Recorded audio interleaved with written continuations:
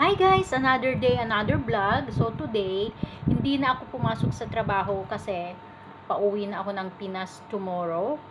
And nakabihis na ako dahil susunduin ako na yung anak ko. Dahil dun ako mag-sleep over mamayang gabi. Kasi bukas ng 6 o'clock at siya ang maghahatid sa akin sa airport. Malapit lang naman ang airport dito. It's around 10 minutes kung hindi traffic. Sa bagay, maaga naman, hindi naman traffic. So ayun, para maayos ko pa yung mga iba kong aayusin. Hindi kami sabay umuwi guys. Mauna ako ng 2 weeks. And ayun, meron pa kasi akong gustong bilhin. Kaya maaga akong pupunta sa kanya. And now it's 6:15 in the evening. So ayan guys, siyempre excited dahil makita ko na yung nanay ko. Na siya ang dahilan kung bakit ako uuwi guys. Kasi may sakit yung nanay ko, matanda na siya. And sabi niya sa akin, anak, ikaw ang gusto kong mag-asikaso sa akin. Pag yun nga, dalhin sa hospital. Kaya sabi ko, i-arrange niya na lahat-lahat ng mga papeles sa hospital para pag uwi ko, na lang, ipa-follow up na namin kung ano ang sabi ng doktor. Kasi syempre guys, dalawa lang kaming magkapatid, tapos malayo pa kaming dalawa. Kaya naaawa din ako sa nanay ko. And ang nag-aalaga lang sa kanya is yung anak ko. Araw-araw naman siyang umaalis dahil nagtatrabaho naman siya. Kaya minsan nare-realize ko din na mahirap pala talaga yung maliit na pamilya. My dinner tonight. Dito kami ngayon sa IKEA kain. Ayan.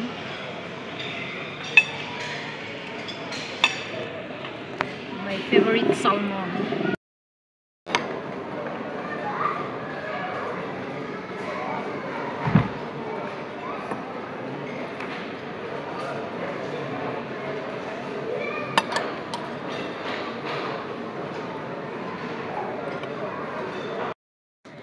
This all I put on like every to make for tip.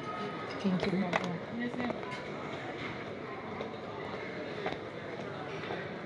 40 lahat.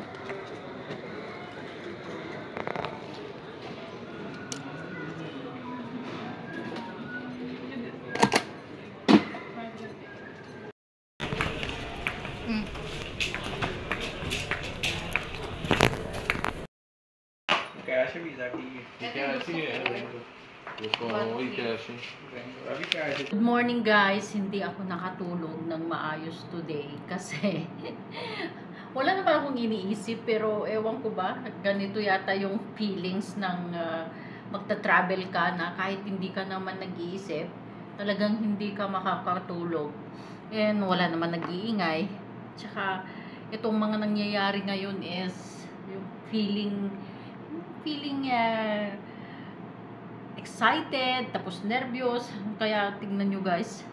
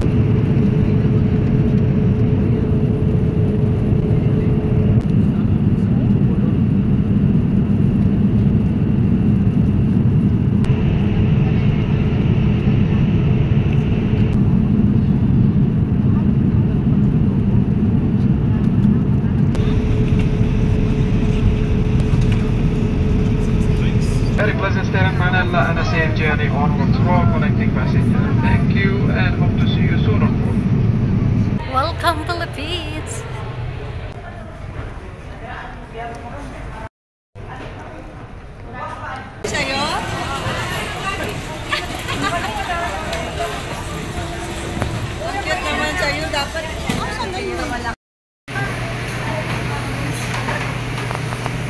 First meal dito sa Pilipinas, syempre Jollibee, peach mango pie, burger steak, and one rice. Ayan.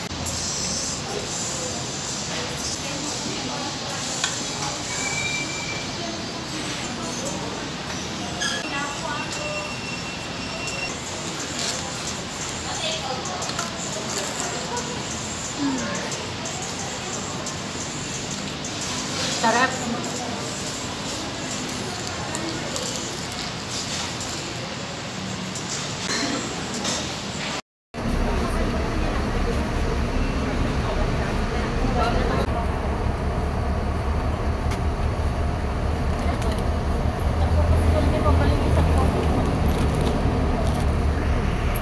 Ate, magkano?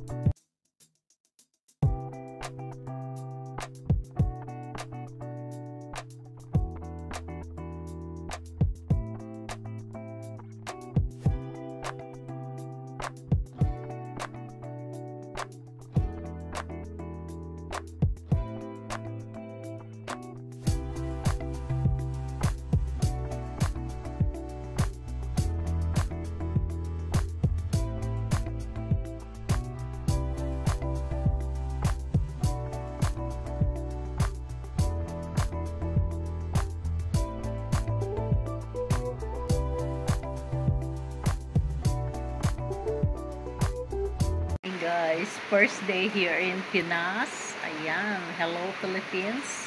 Hello province. So ito lang ang experience ko din sa aking biyahe. Dahil yung bagahe ko, ang ayos-ayos pa naman nung i-check in ko pagdating ko dito sa airport. Pagkatingin ko, wala na yung susi, nakabukas na yung maleta ko, nasira pa yung maleta ko. Mabuti na lang yung luma. Eh, nakita ko na lang siya nung nandun na ako sa bus stop. Yung sa may, di ba sa labas ng airport, may mga taxi doon. Kasi kumuha nga ako ng taxi. Airport taxi ang sinakyan ko, guys. Nagbayad ako ng 1,000 plus.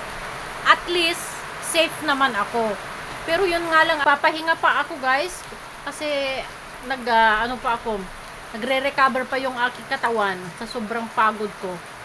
Mamaya, tignan ko yung bagahe ko kung may nawala.